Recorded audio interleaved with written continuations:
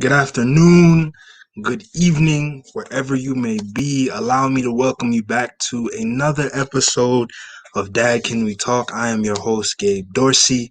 However, we're going to do something very different today in honor of it being Mother's Day in a few days.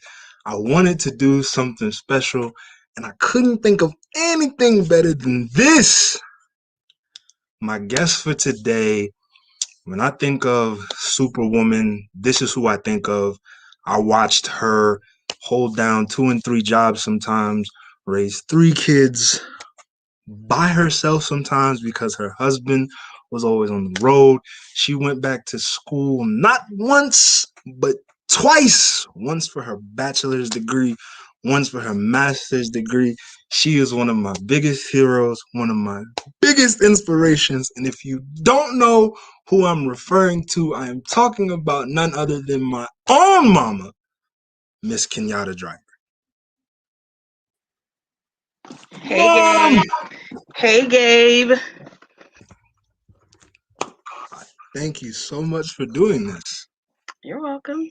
Thank you so much. I'm so happy you agreed to do this. I'm so happy to get you on here.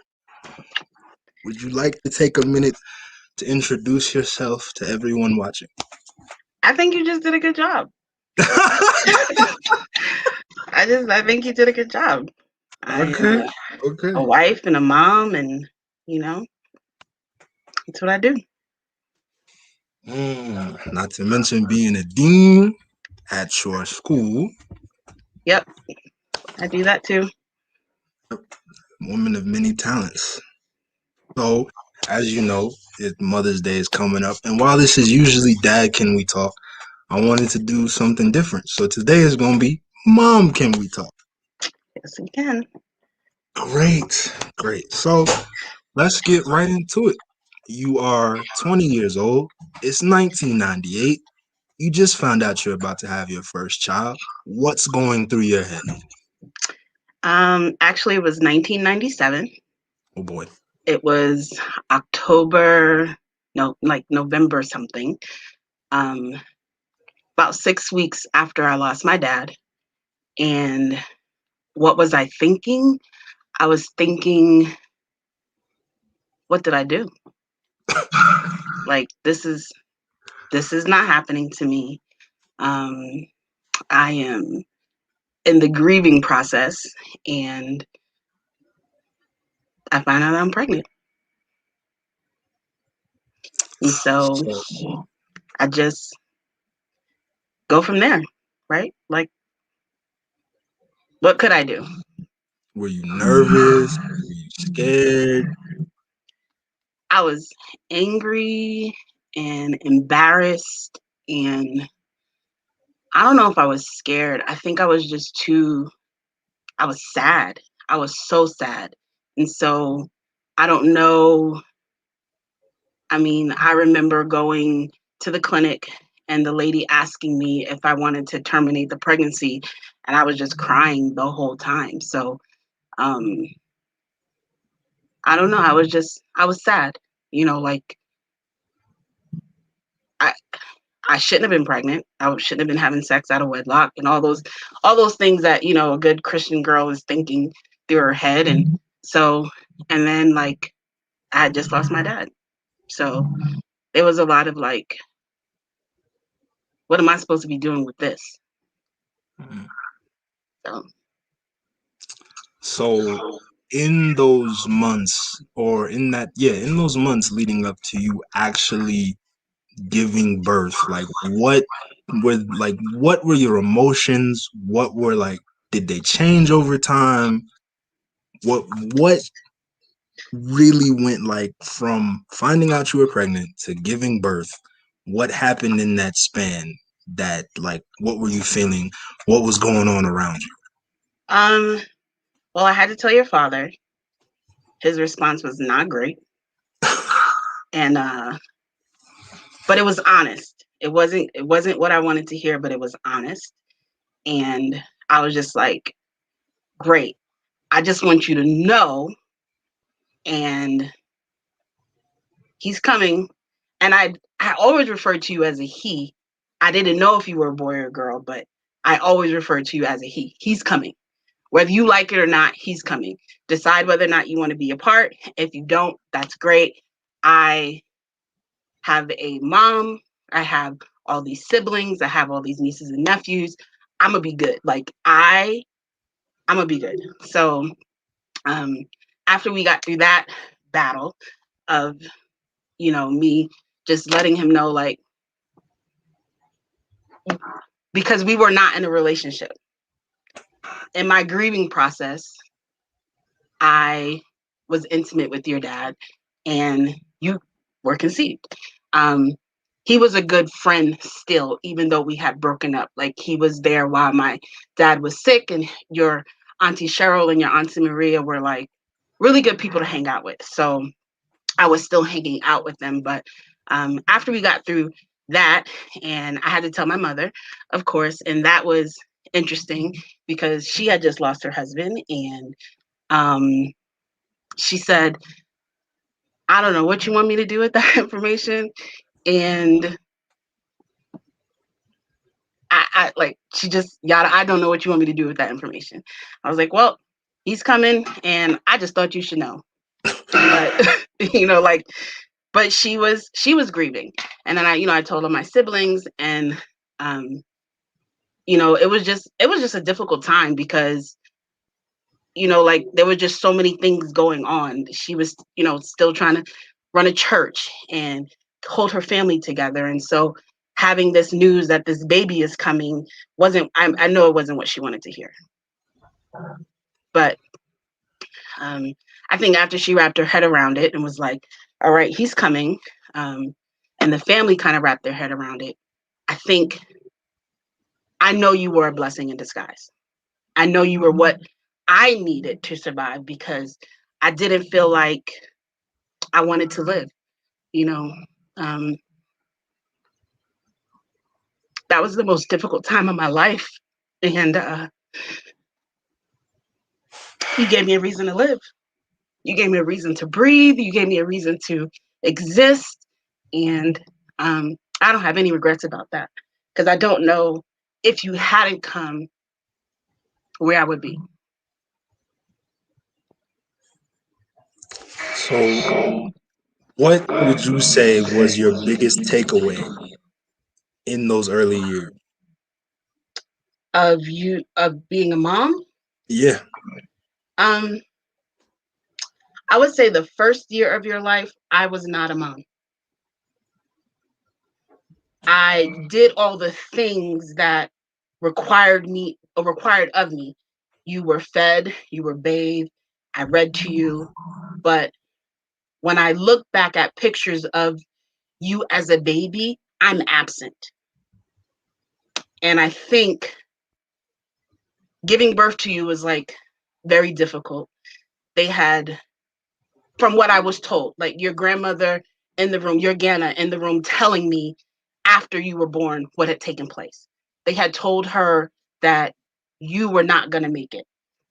Um, my labor was super intense, and it was, I mean, I think they had called um, the the priest or whatever. They had called multiple doctors because they were going to take you, but they were preparing her to tell me that you weren't going to make it, um, or that you weren't making it. You were already deceased in my womb, so they were just taking you.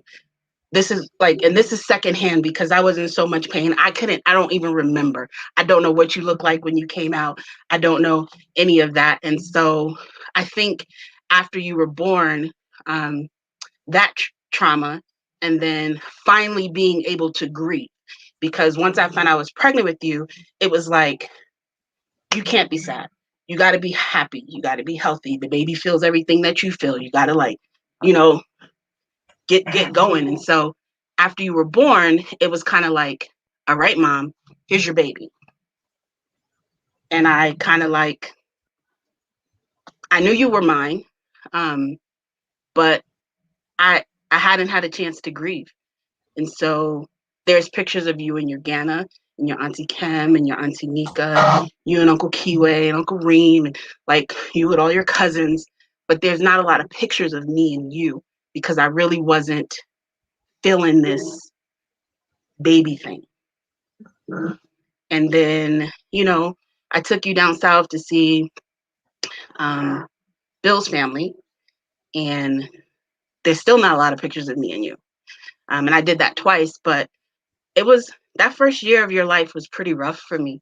I was very sad, very sad. And then something clicked, and I wanted to bond. Um, and so by the time you were 1.5, we had started to like click. You knew I was mommy.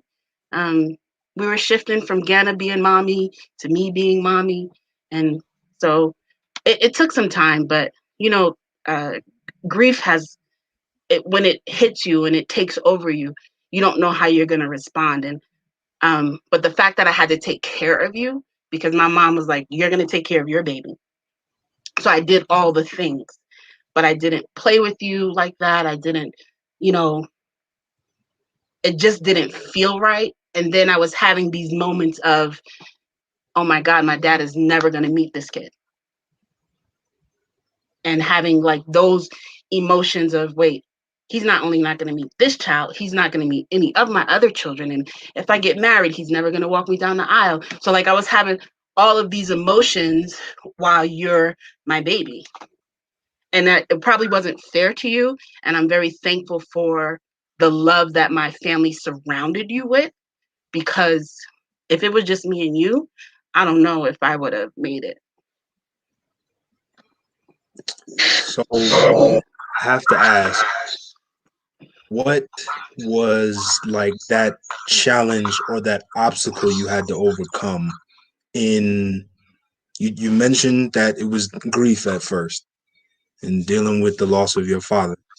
But later on down the line, when it came to that first time out being a mother, what was that second biggest like obstacle or hurdle that you had to kind of jump over? Um,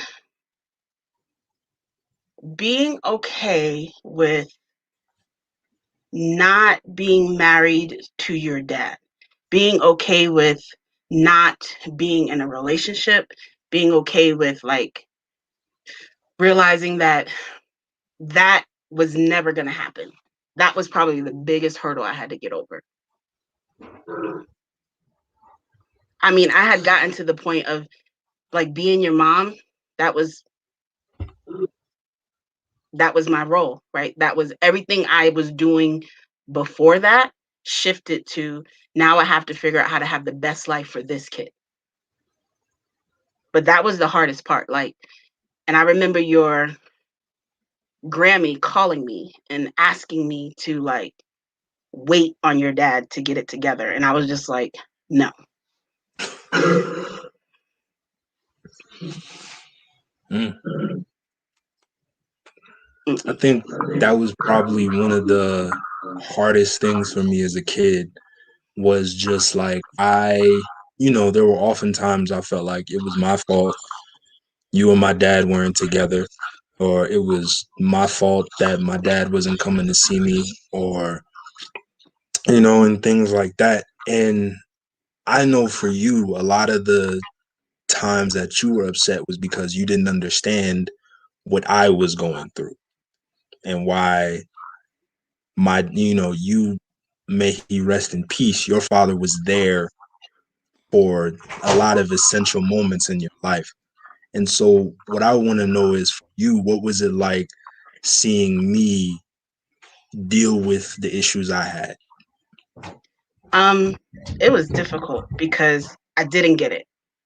I had a conversation with Bill like, yo, your dad was in your life. My dad was in my life. I'm not understanding how this works with you. Um, and I mean, I go back to when I first told him that I was pregnant with you. He was like, I'm not ready for this. And I was like, well, we shouldn't have been having sex, right? Like I was very frank about it. And and unprotected sex at that, right? Like, so, and I just told him, like, I had to get it together. I had to grow up. I had to figure it out. You have to grow up. You have to figure this out. He needs a dad. And then it just got to the place where I was like, you know what? He doesn't need you. He's got these uncles. Um, and I think you were had to be like 2. And I was in a relationship with Jimani at that point. And I never even said like he has Jimani. I was like, he's got my brothers. We're good. Right. Like I wasn't even bringing in this like other relationship because I wasn't sure that that was going to last for forever. Um, at that moment, because it was like we had been dating for 6 months, a year, and then, you know, I found I was pregnant with your sister, with Jimani, and so with your dad, and I but I still never. I always just told him like, he's good. He's got my brothers. My brothers have him. Like I'm straight. Like I don't. I don't understand. I don't understand this. And it used to make me angry. Like, dude, I didn't ask to do this by myself. Like, and if I'm gonna do it by myself, I need you to. Here's what I need you to do: sign over all your parental rights. Like, be done with it. Like he and I fought back and forth with that a lot. I really feel like your Grammy is the reason why your dad was a part of your life because she was adamant, like, oh no, we're going to be a part of his life. Even at the point of being in court, like, she asked the court if she could get visitation. And I was like, you can have all the visitation you want. Because your grandmother, your Ghana, is always like, Yada, you got to make sure he sees his family. It's so important that he spends time with his dad. I used to cherish all the time I spent with my dad. And I'd be like, yeah, but grandpa was always there. This man, right? And like she and I would have these conversations. I'd be like, Mom, you just don't get it. Like he's not like grandpa. He used to make me so angry. So angry. So that was the hurdle. I had to like get over that. There were definitely some nights where, I was waiting out on the porch all night for my dad to come, or I was waiting in front of the window waiting for my dad to come. And I know that, you did the absolute best you could because I know it was difficult for me. It was difficult. There were a lot of nights that, I cried. There were a lot of nights that I didn't understand why. And I think the biggest thing, because I'll be honest, I was hard headed. I was hard headed. And I think the biggest thing for me was just later on down the road realizing just how much it was that you had to put up with, not just from me, but from Jaden, from Micaiah. What was it like, to see me kind of, not even just me, but to see the three of us grow up? Was there ever a point where, and I know you're probably gonna say yes, but was there ever a point where you were worried, where you were just like, I don't know what I'm gonna do with these kids? I think, Gabe, like every mom, parent goes through that. Like, cause there's no handbook, right? And then we're in a blended family because we Jimani and I get married. He has a son. I have a son. We have 2 kids together, and we're trying to. He's dealing with his issue on one side. I'm dealing with my issue on the other side, and then you used to come home like everything was great, and Jimani, he'd be like, "Are you okay?" I'm like, "No." Like I paid for this ticket so he could go see his dad. He comes home like everything is all great, and I would just be angry, but not angry that you had a good time, but just angry that like I had to like suck it all in, for you and for your siblings because we're trying to keep a happy household, right? Keep everything, and like, and then Micaiah and Jaden would be like, well, how come we don't get to go nowhere? I'm like, because your parents are here, right? And so just even trying to understand, like for them, like Gabe is gonna go spend time with his dad. He's gonna go spend time with his grandparents.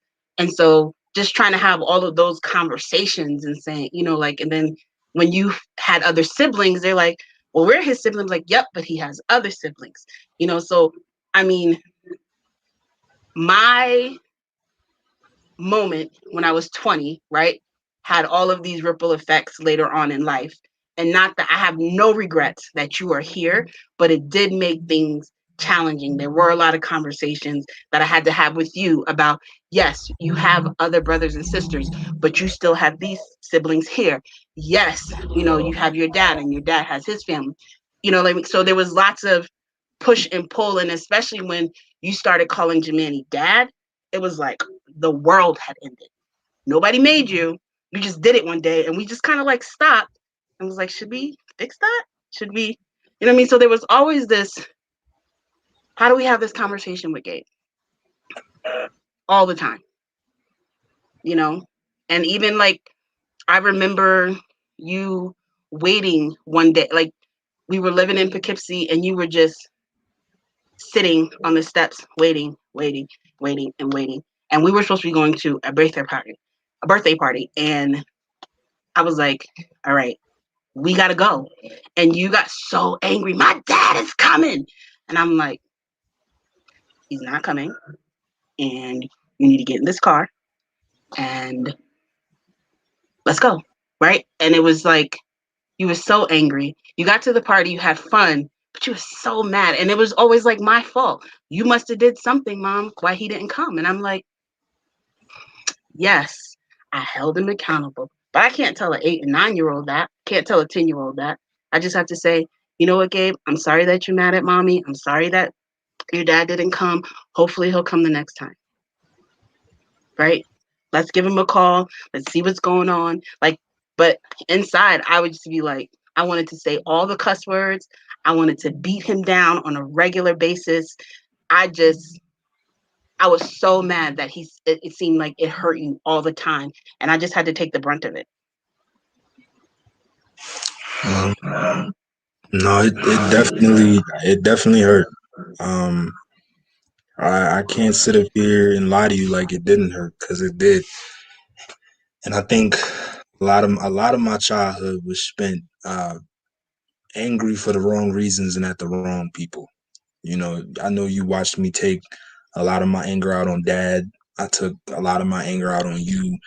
Um, and it's just, it's hard to grow up with, and I love dad. I appreciate, and he and I finally had a conversation where I just told him like my issue wasn't that what he was doing, I just didn't want it to come from him. I wanted it to come from my dad. I wanted my dad to do all the things that dad was doing.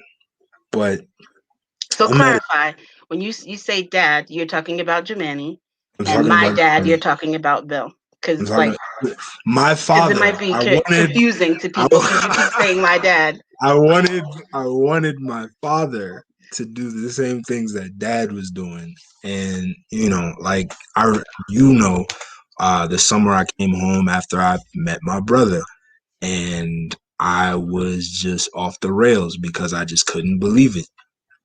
And it was a lot of these big moments in my life. What would you say was probably like the darkest moment in our relationship?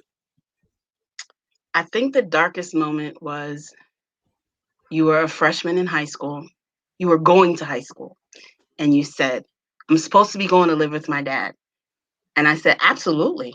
You're supposed to be going to live with your dad. And you're like, so why ain't I going? And I'm like, well, you need to call him and ask him that question because we already had those conversations. And you were like, I hate you. And I was like, that's great. I was so mad. I cried about it, but I couldn't tell you the truth. I didn't want you to know. I didn't want you to know the truth. And so I just took it again. I just dealt with it. And then I think we had truth later after you got grown. And I finally told you, like, hey, this is what happened. I told him that I was not going to be paying him child support because he owed me so much child support, but he was welcome to take you for high school. And I think he like got on the phone with you and was like, Gabe, I think it's best that you stay with your mom during high school. Because What I he told said, him, what he said word for word was, and I'll never forget it. He said, "Your mother and I have talked it over, and we think it'd be best for you to stay where you're at. You're in a good school. There are good programs in that school." And I got off the phone so angry. I was so because up to that point, I it was a charter school. It was a new charter school in Atlanta, and up to that point, I had been accepted. I had my name had gotten picked for the school. I was prepared to like over the summer. I was saying bye to all my friends. I was, I'm telling everybody I'm not gonna be here. I finished middle school with y'all, but y'all gonna have to do high school. I'm going. And then he got on the phone and we had that conversation, and I just blanked out so hard because I was like, here we go again. Here we go again. yeah. And I told him, I was like, we will wipe the child support clear, but I'm not going to pay you any child support. Like, I've been doing this on my own. Not on my own. I'm married, right? We've been footing all the bills for everything. Not a problem because you're mine. Um, but he, when I said that to him, um, he like, well, I thought, oh no, you couldn't have thought.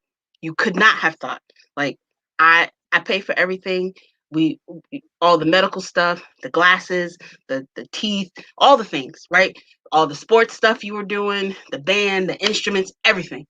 No, when he comes to you, you are going to be on your own with him, bud. Like, here you go. He was not hearing that. And then he said that he didn't have a stable place to stay.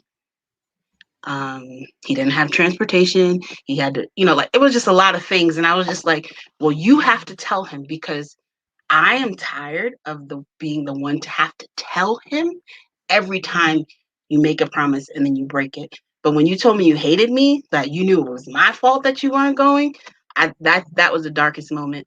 And I don't think you recovered from that because we had a moment in the parking lot at my job where you jumped in my face and was going to swing. You have been so angry. And I remember Jaden was just like, I wish you would. I wish you would hit my mama. He was so like, so little, right? But he was just like, I'm going to tear you up, Gabe, right? So I think it took you a long time to recover. And then you turned 18 and was like, deuces. And that I was just waiting for that moment, like for you to say, I'm out. And you left. And I was just like, Gabe, do you want to come home? Nope. I love it here. Gabe, you sure you don't want to come home? Mm-mm. You want to come home for a visit? Mm-mm. Then I was like, your grandmother had passed away. And I was like, I'm going to get him. And Jermaine's like, nope, he doesn't want to come home.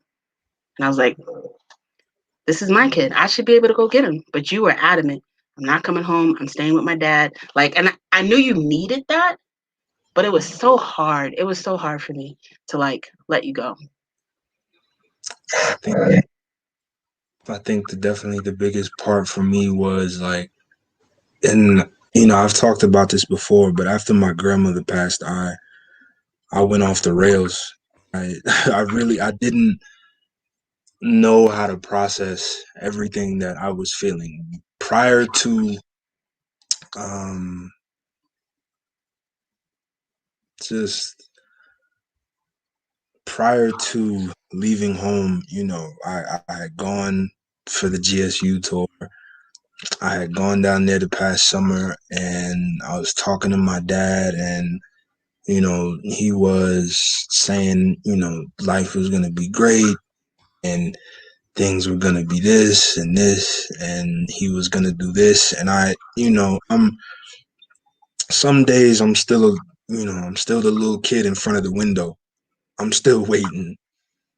I'm still some days I'm still waiting. And in that moment, I wanted to believe so hard that I was gonna get there and things were gonna be great. And truthfully, I should have left after my past. But I had to prove to you, which is the stupidest thing ever.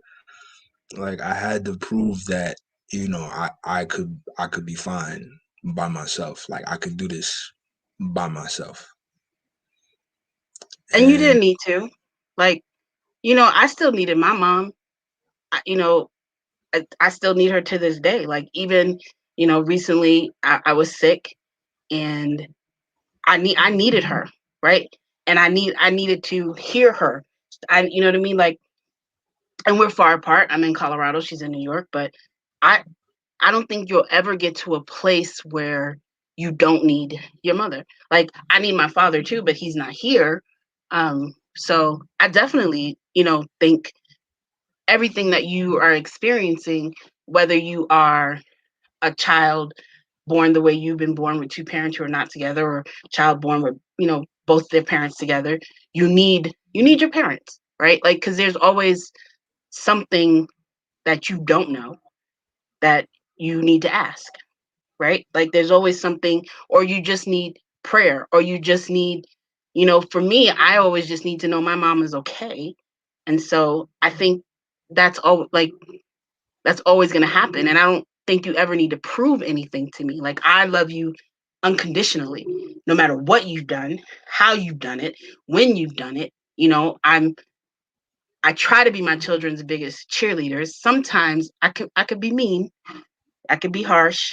I recognize that in myself. It's probably a little bit of my dad in me. He was just real blunt. Um, but you never have to prove yourself to me, ever. was there ever a moment in the three of us growing up where you just felt like, I shouldn't have said that, or I shouldn't have did that. That might have been a touch too far. Yeah, I we were living in Poughkeepsie, and the three of you were just driving me crazy. And there was just so many other things going on um, in my life at that time. And I would say it probably took me a good 10, 12 years to not cry at the littlest things or be angry at the littlest things. Um, but I give that to grief, right? Like, um, but one day, the three of you, like, I don't like, Jaden was taking all the clothes out. He had written on the walls, and I don't know what I was doing in the kitchen, probably cooking or whatever. And the two of you and Micaiah, like, just, it was just crazy. And I remember putting you guys outside and saying, "You're gonna wait till your dad gets home because I'm just done. Like, this parenting thing is for the birds, these kids, like, and you guys are back to back, right? So what are you, 22, 20, 18? So you were like boom, boom, boom. And I was just like, what, what am I doing? Like, this is these kids are crazy. And I remember, like, just putting you outside in your underwear. But I think I got that because my sister used to do that to me when I was a kid, when we would get on her nerves when she was babysitting. So I'm just gonna throw her under the bus and say that she used to do that to us. And so I just did it, right? Like, you just reach from everything you have. But I'm sure there's plenty of more moments where I screwed up as a parent, where I said something. I remember your sister used to keep her room disgusting. Um, that used to just drive me crazy. And then, you know, you guys would do this thing where you would take a cell phone after we took it from you and you couldn't have it, and you would take a cell phone. And one day you guys took the cell phone, and I just, like, I think tore up all of your rooms, like, just knocked everything over, pulled out all the clothes up. Like I just threw a huge tantrum, and your sister had like 1,000 piece puzzles. And I just like threw them all up in the air. I was so mad because I'm like, what is the point of putting you on punishment if you're just gonna steal it back? Like, what's the point? So those are like the things. But I think all kids do those kind of things. And I think because your dad was traveling so much, and like you said, I was work at one point I was working 2 jobs and I was going to school full time and I had the three of you and he was traveling and we were trying to make ends meet and just trying to like make sure you guys had everything you needed. Your little brother played football, your sister was in the choir, you were in the band. And so it was just I remember like just running all day, getting up in the morning, making sure you got on the bus, dropping those two off to school, going to work myself, doing homework at work, coming home, making sure y'all eat, go to my second job for a couple of hours, come back home and be like, okay, everybody got their homework done. Let's do like, and just being tired and like going from one football practice to a basketball practice to picking you up from a football game because the band had to play. I was tired. And so I'm sure I did lots of things that I regret. I don't remember them all, but here's my apology. I'm so sorry. Would you say over these, yeah, about 20 years for each of us, over these 20 years, is there anything that you would have done differently in being a mom?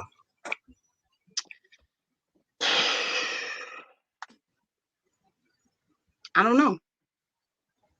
I don't know because there's no handbook, right? And I did what I saw. Um, like I know my siblings and I used to drive my mom crazy to the point like we would get put on punishment. Like my dad would put us on punishment, and my mom would be like, "Oh no, get out! Like everybody out the house. You are not. I'm not being on punishment with you, right?" And so I think you just try to figure it out, right? You do some of the things that your parents did, and then you say, "Oh, I'm not going to do all the things that they did," but then you wind up doing things like they did, something similar. And like all of my siblings, I think except for my youngest sibling, had children, so I could see and watch and learn. And friends had kids, and so you just try. We're just trying to figure it out, just trying to figure it out. And I hope that you guys are better parents than I was, right? Like I hope that my parents were the best, and I hope I was better than them, and I hope you were, you know what I mean? But like, so I just hope it just keeps getting better.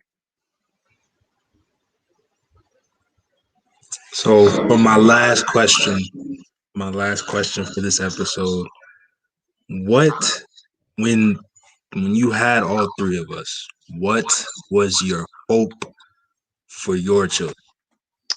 Um,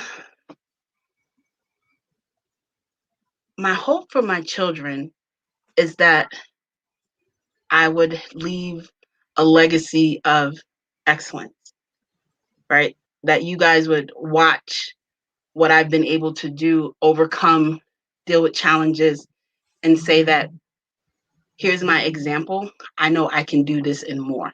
Whatever it is that you want to do, right? Like for you all to be successful and for your children to be successful. I think I told Jaden the other day I wanted him to have kids just like him. Because he's my challenge. Like you were the easiest child. Like besides all the other stuff you were dealing with, you were for the most part compliant, right? Like you did what you were supposed to do. You were a good student, like you did your room, you did what we asked you to do for the most part, like 95%. You were a great kid. Your sister was slightly challenging, you know, she's 50% me, 50% her dad. Um,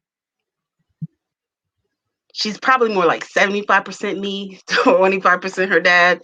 Um, and then there's Jaden, and Jaden is like on 100 all the time.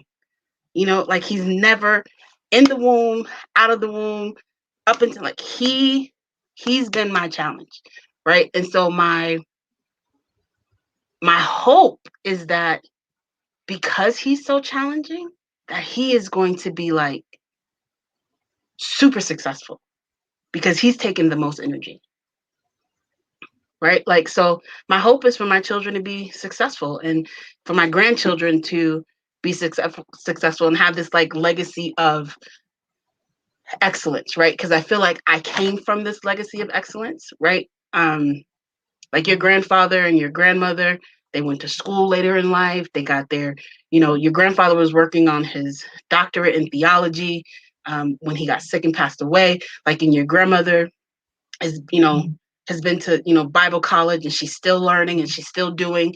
And so that for me, that's the legacy I want to give you all, is to just keep learning, keep doing, keep growing, keep being inspired, like whatever inspires you, whatever causes you to grow. Not don't be stagnant. All right. Well, ladies and gentlemen, we have come to the end of another episode of Dad Can We Talk? Special episode, Mom Can We Talk? Mom, I love you so much. We've been through a lot these past 22 years of my life, and I thank you for never giving up on me, for never leaving me out to dry. We've had some tough moments, and Don't you know, sugarcoat it, Gabe. We've had some like we've I had want some. like You, I remember my dad used to say, "I brought you in this world, and I will take you out." And I've had that moment with you, like, yo, I don't care how big you are, I will lay you out. Right? We've had those kind of moments because yo, I remember. you are a giant. Like, I don't Mhm. know, like you are ginormous. So we've had those moments. I remember the first time you realized I was taller than you. I came in the kitchen to get breakfast, and I stood up behind you, and I reached over the cabinet, and I'll never forget. You said, "Are you taller than me?" I said, "Mom, I've been taller than you for a while." And not a good morning, not a hey, Gabe, not a straight up, I just want you to know, no matter how big you get, I will still knock you out. But I love you, Mom, and like I said, I'm thankful that you've had my back all my life, and I'm thankful that you were there. Sometimes when I didn't have anybody else, it was just you. It was just you and Dad. It was just the two of y'all, and I love you both so much. I thank everybody for tuning in. I thank everybody for watching. I hope that today's episode blessed you. I hope that you got some takeaways from it. And I'll be back here right next week for another episode of Dad Can We Talk. Thank you to my mama for coming on. I love you. And everybody continue to have a blessed day.